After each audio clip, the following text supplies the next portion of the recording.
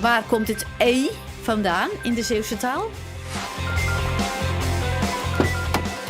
Hup, de auto in. Op weg naar de deskundige.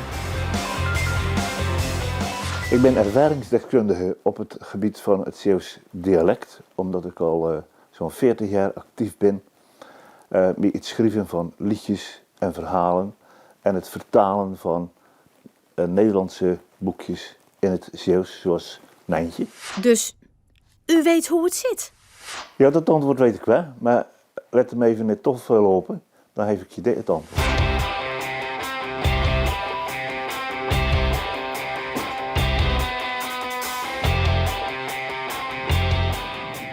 Ja, roept u maar. Dat zei je achter allerlei zinnen. Het is vreed veewerm van DH. En als je dus een aantal van die zinnen opschrijft en je hernee van wat betekent het nu? De vogel zegt de baas op een vreet. Dan ben ik tot de conclusie gekomen dat je achter een zin zet als je om een bevestiging vraagt. Dit is een mooie bloem, dan zei je, dat is toch een mooie bloemen. Maar waarom hoort dit dan bij het Zeeuws DNA?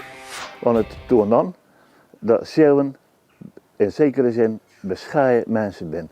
Je stelt iets niet, maar je stelt het zo door dat in vragende zin, zodat er ruimte is voor de ander om erop te reageren. Kijk, weer een stukje Zeeuws DNA ontrafeld.